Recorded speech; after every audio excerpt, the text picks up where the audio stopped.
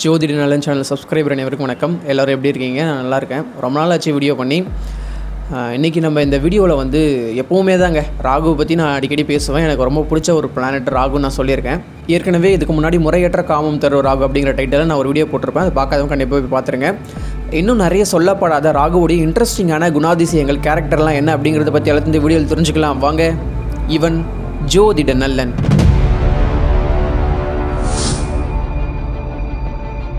இன்றைக்கி வந்து சனி கிரகத்தை பார்த்து மக்கள் ரொம்ப பயப்படுறாங்க. 7.5 சனி, அஷ்டம சனி, இந்த சனி அந்த சனி சொல்லிட்டு ரொம்ப பயப்படுறாங்க. சனி ரொம்ப நெகட்டிவான கெடுதல்லாம் செய்வார் சொல்லிட்டு சொல்கிறாங்க. உண்மைதான். அதே நேரத்தில் சனியை விட ரொம்ப ரொம்ப ரொம்ப மோசமான கெடுதலை செய்யக்கூடிய ஒரு பிளானட் ஒளிஞ்சிருக்காரு, மறைஞ்சிருக்காரு. அவரை நம்ம ஷேடோ பிளானட் சொல்லுவோம். நான் அடிக்கடி சொல்கிற தி கிரேட் ராகு அப்படிங்கிற அந்த பிளானட் தான் ரொம்ப ரொம்ப ரொம்ப மோசமான.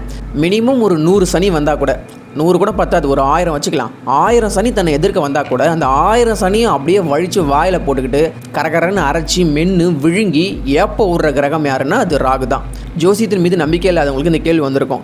பூமி இருக்குது, வியாழன் இருக்குது, சந்திரன் இருக்குது, புதன் இருக்குது, எல்லா கிரகமும் இருக்குது. நீங்கள் சொல்கிற அந்த 9 கிரகமும் இருக்குது. அந்த 9 கிரகத்தில் இருக்கக்கூடிய அந்த ராகு கேதுகள் மட்டும் நாங்கள் பார்க்கவே முடியலையே சொல்லிட்டு கேட்பாங்க.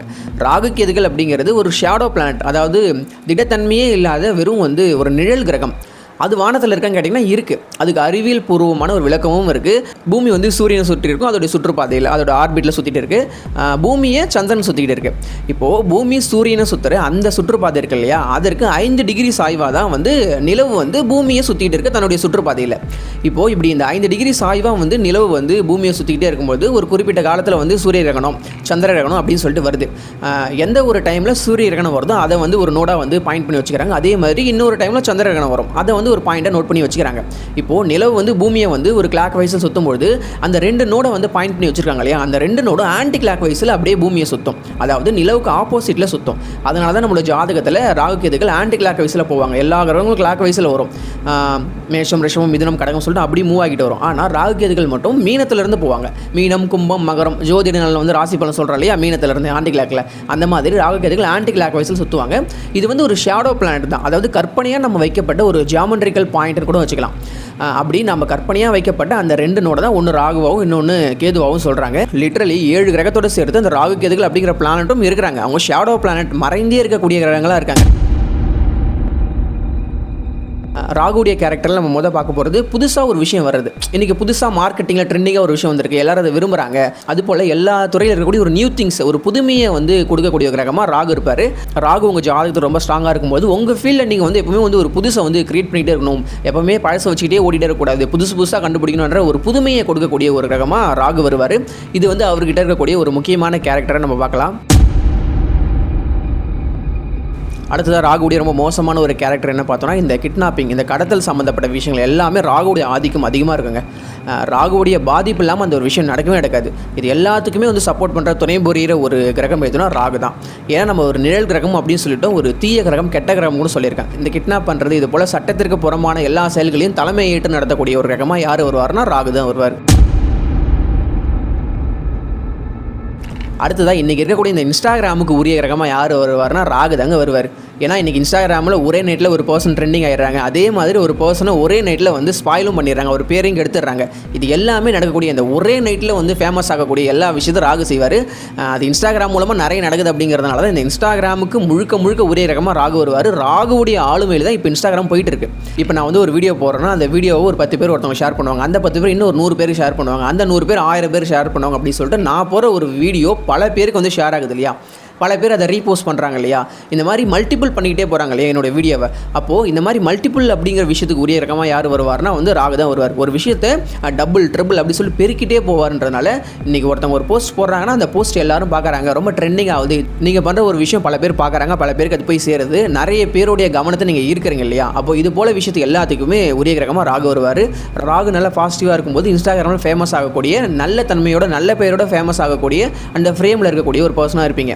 இதுவே ராகு ரொம்ப நெகட்டிவாக உட்காந்துருந்தா என்ன பண்ணுவார்னா உங்களை ஃபேமஸ் ஆகுவார். அதுவே கெட்ட பேரை சொல்லி கெடுதலான ஏதோ ஒரு விஷயத்தை பண்ணி அதன் மூலம் உங்களை ஃபேமஸ் ஆக வைப்பார். இன்றைக்கி நிறைய இன்ஸ்டாகிராம் நடக்கக்கூடிய மோசடிகள், பணம் வாங்கிட்டு இந்த மோசடி பண்ணாங்க அப்படி பண்ணாங்க சொல்லிட்டு நிறைய பார்க்க முடியுது, நிறைய ரீல்ஸில் அதை பற்றி பேசுகிறாங்க. ஸோ இது போல் விஷயத்தை எல்லாமே ராகு பண்ணுவார் நெகட்டிவாக இருக்கும்போது. பாசிட்டிவாக இருந்தார்னா இன்ஸ்டாகிராமில் ஒரே நைட்டில் உங்களை ஃபேமஸ் ஆகுவார், நல்ல விஷயத்தை பண்ணி அதன் மூலம் ஃபேமஸாக கொடுப்பார். உங்களுக்கே தெரியும் இன்றைக்கி நிறைய பேர் வந்து சினி ஃபீல்டை நோக்கி தான் பயணிச்சுட்டு இருக்காங்க. ஏன் சொல்கிறேன்னா இன்றைக்கி ஒரு படம் உங்களுக்கு ஹிட் ஆகிடுச்சுன்னா அவங்க வந்து அடுத்த செலிபிரிட்டியாக மாறிடுறாங்க. அவங்களுக்கு நிறைய ஃபாலோவர்ஸ் வந்துடுறாங்க. எல்லா யூடியூப் சேனல்லையும் அவங்களை கூப்பிட்டு இன்டர்வியூ எடுக்கிறாங்க. ஸோ அவங்கள பற்றி நிறைய விஷயங்கள் தெரிஞ்சுக்க முடியுது. அவங்க நிறைய பேருக்கு வந்து அறியப்பட்ட ரொம்ப பிரபலமான மனிதராக ஆகிறாங்க. அப்போது இந்த ராகு அப்படிங்கிறது எப்பவுமே பிரபலத்துக்கு உரிய ஒரு ரகம் சொல்லிட்டேன்றதுனால சினி ஃபீல்டில் நிறைய நமக்கு வந்து ஃபேமஸ் கிடைக்குது, ஃப்ரேம் கிடைக்குது. கம்பேர் பண்ணும்போது மற்ற ஃபீல்டை கம்பேர் பண்ணுவோன்றனால நிறைய பேர் இந்த சினி ஃபீல்டை நோக்கி வந்துக்கிட்டு இருக்காங்க. இந்த சினி ஃபீல்டுக்கு உரிய ரகமாக ராகு தான் வந்து பார்க்கப்படுறாரு. ராகு நல்லா இருக்கும்போது கண்டிப்பாக அவங்க சினி ஃபீல்டில் நல்லா அச்சீவ் பண்ணுவாங்க. நிறைய மாஸ் ஹிட்டை, பிளாக் பஸ்டர் ஹிட்டெல்லாம் கொடுக்கக்கூடிய ஒரு பர்சன் நீங்கள் பார்த்தீங்கன்னா அவருடைய ஜாதகத்தில் ராகு ரொம்ப ஸ்ட்ராங்காக இருப்பார். பேராசை ராகுடைய குணம், அதே மாதிரி கட்டுக்கடங்காத ஆசையும் ராகுடைய குணமாக சொல்லப்படுறாங்க. பேராசை கூட ஒரு அளவோடு இருக்குன்னு வச்சுப்போமே, கட்டுக்கடங்காத ஆசைக்கு அளவே இல்லை, அதை கண்ட்ரோலே பண்ண முடியாது. அப்படிப்பட்ட ஒரு ஆசையை வந்து தனக்குள்ளே வச்சிருக்கக்கூடிய கிரகமாக ராகு வருவார். ராகுடைய நெகட்டிவான தாக்கம் இருக்கிறவங்களுக்கு நிறைய கட்டுக்கடங்காத ஆசைகள்லாம் இருக்கும். அந்த ஆசைகள் உங்களுக்கு அளவே இருக்காது. பேராசையோட ரொம்ப பேராசையாக இருக்கும் அந்த கட்டுக்கடங்காத ஆசைன்றனால. இதுவுமே வந்து ராகு கிட்ட இருக்கக்கூடிய ஒரு நெகட்டிவான ஒரு குணம் தான்.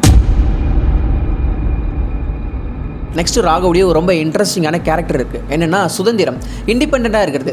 தன்னை வந்து கட்டுப்படுத்தி அடக்கி ஒரு சிறைக்குள்ளே வச்சு லாக் பண்ணுறதை விரும்பாத ஒரு ரகமாக ராகு வருவார்.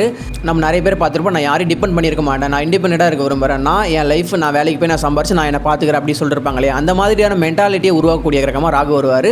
ஏன்னா ராகுடைய கேரக்டரை இண்டிபெண்ட்டாக இருக்கிறது தான். ராகு அடக்கிறது ராகுக்கே பிடிக்காதுன்றது ரொம்ப ஒரு முக்கியமான விஷயமா இருக்குது. இல்யூஷன் அப்படிங்கிறது ராகுடைய ரொம்ப ஒரு இன்ட்ரெஸ்டிங்கான ஒரு கேரக்டர். அதுக்கு கொஞ்சமும் சளைக்காமல் ஒரு கேரக்டர் ராகுகிட்ட இருக்குது. இந்த புரட்சித்தன்மை, இந்த புரட்சியாளர்களை எல்லாம் உருவாக்கக்கூடிய, அதாவது நம்ம சமூகத்தில் நிறைய புரட்சியாளர்களால் நிறைய மாற்றமும் வந்திருக்கு. ஏன்னா மாற்றத்துக்கு உரிய ரகமாக ராகு எப்பவும் வருவார்ன்றதுனால மாற்றம் ஏற்படணும் அப்படின்னா அதற்கு முன்னாடி ஒரு புரட்சி ஏற்படணும். ஒரு விஷயத்தில் ஒரு புரட்சி ஏற்பட்டால் தான் அது மாற்றமாக வந்து கன்வெர்ட் ஆகுன்றதுனால இந்த மாதிரி ரெவல்யூஷனரி அப்படிங்கிற இந்த விஷயத்துக்கு ரொம்ப ரொம்ப ரொம்ப முக்கியமாக வரக்கூடிய ரகமாக ராகு வருவார். ராகு ரொம்ப ஸ்ட்ராங்காக இருக்கும்பொழுது அவருக்கு வந்து புரட்சியாளராக வரணும், தன்னுடைய எய்மே வந்து ஒரு புரட்சி செய்யணும் அப்படின்னு சொல்லிட்டு இருப்பாங்க. ராகு அந்த மாதிரியான தன்மைகள்லாம் அந்த மாதிரி கேரக்டர்லாம் கொடுக்கும் ராகு ஸ்ட்ராங்காக இருக்கும்போது. நெக்ஸ்ட்டு ராகுடைய ரொம்ப டேஞ்சரான ஒரு கேரக்டர் என்னென்னா சூழ்ச்சி செய்கிறது, இந்த மேனுப்புலேட் பண்ணுறது, இது போல் விஷயங்கள் எல்லாத்தையுமே பண்ணக்கூடிய ஒரு ரகமாக ராகு வருவார். நீங்கள் எப்போயுமே வந்து ஒரு சூழ்ச்சியாளராக அடுத்தவனை எப்போ கவுத்து விட்றதுன்ற அந்த மைண்ட் செட்லேயே இருந்தீங்கன்னா உங்களுக்கு ராகுடைய ஆதிக்கம் அதிகமாக இருக்குது. ராகுடைய கேரக்டர் எல்லாம் உங்ககிட்ட இருக்குது அப்படின்னு சொல்லிட்டு அர்த்தம். இந்த மேனுப்புலேட் பண்ணுறது, தூண்டி விட்டுக்கிட்டே இருக்கிறது, ட்ரிகர் பண்ணுறது, இந்த மாதிரி எல்லா விஷயத்தையும் செய்யக்கூடிய ரகமாக ராகு வருவார். ஏன்னா ராகுடைய வந்து ஒரு இயல்பான குணம் என்னென்னா இதுதான். ராகு அப்படிப்பட்ட ஒரு கிரகம் தான். நெக்ஸ்ட் ராகுடைய காரகத்துவத்தில் எனக்கு ரொம்ப ரொம்ப பிடிச்ச ஒரு விஷயம் எதுனா அஸ்ட்ராலஜி. ஜோதிடமும் ராகுடைய காரகத்தில் வரும் தான்.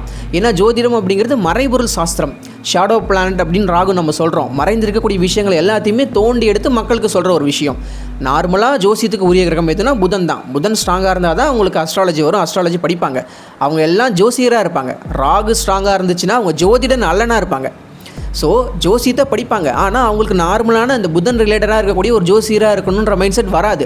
ஜோதிடன் அல்லனா, அதாவது ஜோசியத்தில் இருக்கக்கூடிய சில முரண்பாடான விஷயங்கள், ஜோசியத்தில் இருக்கக்கூடிய உண்மைகள் பொய்கள் மக்களுக்கு சொல்லணும்னு சொல்லிட்டு, ஜோசியத்தில் ஒரு புரட்சி ஏற்படுத்தணும்னு சொல்லிட்டு அந்த மைண்ட் செட்டோடு இருக்கக்கூடிய பர்சனை எல்லாம் உருவாக்கக்கூடிய ரகமாக ராகு வருவார். இப்போ நீங்கள் கேட்கலாம், ஜோதிடன் அல்லன் அப்போ உங்கள் ஜாதகத்தில் ராகு ரொம்ப ஸ்ட்ராங்காக இருக்காரா, இல்லை உங்களுக்கு ராகு திசை நடக்குது அதனால தான் நீங்கள் இப்போ இன்ஸ்டாகிராம் யூடியூப்குள்ளே வந்தீங்களா அப்படி சொல்லிட்டு நீங்கள் கேட்கலாம்.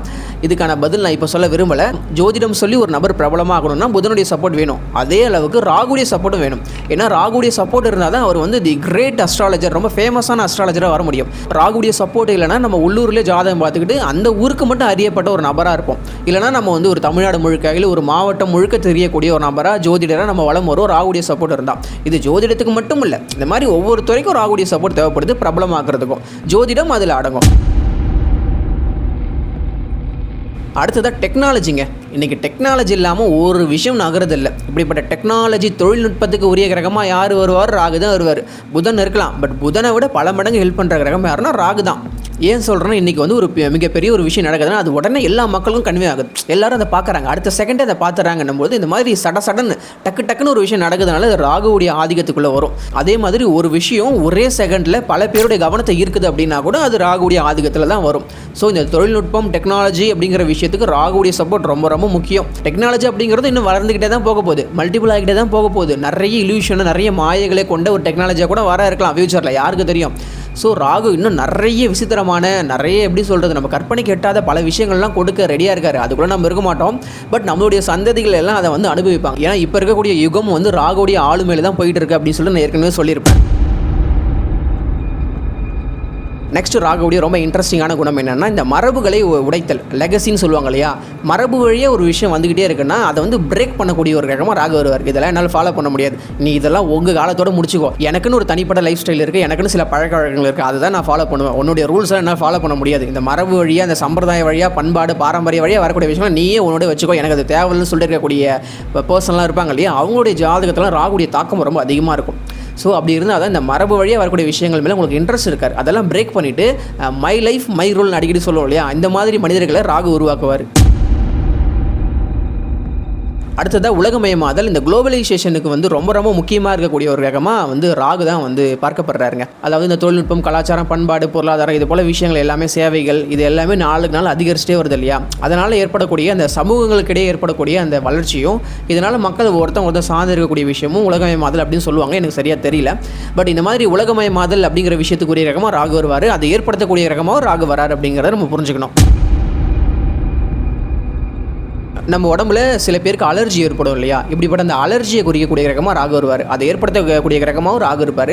ராகு ரொம்ப நெகட்டிவாக இருக்கும்போது அவங்களுக்கு வந்து இந்த டஸ்ட் அலர்ஜி, இந்த மாதிரி சின்ன சின்ன விஷயங்களில் அவங்களுக்கு வந்து ஸ்கின் அலர்ஜி சொல்லிட்டு நிறைய இந்த அலர்ஜி சம்மந்தப்பட்ட விஷயங்கள் எல்லாத்துக்கும் ராகு வருவாருங்க. ஏன்னா அது அந்த அலர்ஜி அப்படிங்கிறது அவருடைய கண்ட்ரோலில் தான் இருக்குது, என்ன பண்ணுறது, அவர்கிட்ட தான் அதை கொடுத்து வச்சுருக்காங்க. ஒவ்வொரு கிரகத்துக்கும் ஒரு அதி தேவதைகளும் வச்சுருப்பாங்க. இப்போ உதாரணத்துக்கு செவ்வாய் பகவானுக்கு முருகப்பெருமானை சொல்கிறாங்க, அந்த மாதிரி ராகுக்கு துர்கை அப்படிங்கிற அந்த கடவுளை சொல்கிறாங்க. துர்கை மட்டும் இல்லாமல் மனித முகம் இல்லாத தெய்வங்களும் ராகுவுடைய அதி தேவதைகளாக வருவாங்க. இப்போது இந்த வராகி அம்மன்லாம் இருக்காங்கல்ல, அவங்களுமே இந்த ராகுவை குறிக்கக்கூடிய வந்து ஒரு கடவுளாக தான் இருக்காங்க. ஒருவருக்கு வந்து ராகு தசை நடக்கும்போது, இல்லை ராகு புத்தி நடக்கும்போது இந்த துர்கை வழிபாடு, இல்லை இந்த வராகி அம்மன், இது போல் மனித முகம் இல்லாத கடவுளுடைய வழிபாடு செய்கிறது நல்ல விஷயமா இருக்குன்னு சொல்கிறாங்க. ராகு ரொம்ப நெகட்டிவாக இருந்து ராகு தசை நடக்கும்போது இந்த மாதிரி தெய்வங்களை வழிபடும் போது ராகுடைய அந்த உக்கிரங்கள்லாம் குறையும் சொல்றாங்க. இதுல எந்த அளவுக்கு உண்மை பொய் இருக்குன்றது நமக்கு தெரியல, பட் மக்களால் அது நம்பப்படுது. அதனால அந்த விஷயத்தை உங்களுக்கு சொல்றேன். ராகு வந்து ஒரு நிழல் கிரகம், ஒரு ஷேடோ பிளானட் சொல்லியாச்சு. ராகு ரொம்ப ஸ்ட்ராங்காக இருக்கும்போது இந்த மூவிலாம் வந்து டைரக்ட் பண்ணும்போது இந்த லைட்டிங்லாம் வைப்பாங்க இல்லையா, லைட்டிங் ஷேடோஸ்லாம் வந்து பார்ப்பாங்க இல்லையா, அந்த ஷேடோ பிஸ்னஸ்லாம் இருக்கு இல்லையா, அது எல்லாத்துக்குமே உரிய கிரகமாக ராகு வருவார். ரொம்ப ஸ்ட்ராங்காக இருக்கும்போது அந்த வேலையில் உங்களுக்கு ஈடுபட வைப்பார். அதில் நிறைய வந்து ஃப்ரேமை கொடுப்பாரு, நிறைய வந்து ஒரு டெவலப்மெண்ட்டை, நிறைய பணத்தை சம்பாதிக்கக்கூடிய நிறைய விஷயங்களும் ராகு கொடுப்பாரு. நல்லா இருக்கும்போது இதெல்லாம் பண்ணுவார். ஃபைனலாக இந்த வீடியோவில் ஓரளவுக்கு ராகு பற்றின ஒரு சின்ன சின்ன இன்ட்ரெஸ்டிங்கான வந்து அவருடைய காரகத்துவத்தெல்லாம் பார்த்தோம். வரக்கூடிய வருங்காலத்தில் இன்னும் நிறைய விஷயங்கள் ராகுவை பற்றி நான் பேச இருக்கேன். தொடர்ந்து ஜோதிட நலன் சேனலோட விரல் கோர்த்து விழித்துருங்க அப்படி சொல்லிட்டு நான் கேட்டுக்கிறேன்.